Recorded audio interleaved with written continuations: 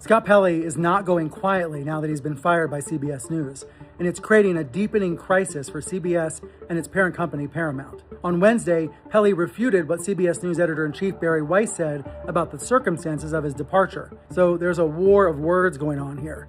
And this controversy has gone on for about a week now, because last week, Weiss directed an overhaul of 60 Minutes, with 2 top correspondents fired, as well as several top producers. Weiss installed Nick Bilton, an outsider, to run 60 Minutes.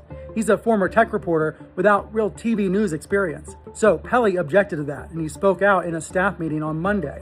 On Tuesday, Pelley was called in for a private meeting with Bilton and Weiss, and it's unclear exactly what happened there. According to Weiss, the CBS News management team tried to find a path forward with Pelley, tried to find a way to keep him in the fold, tried to find a way to avoid firing him.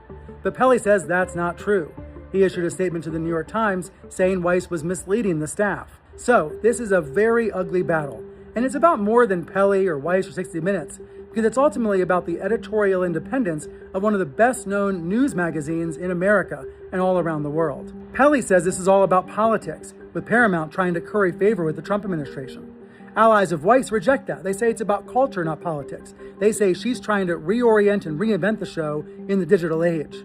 I'm here in the mountains of Wyoming at a media conference, and everybody here is talking about what might happen next with 60 Minutes and with CBS News.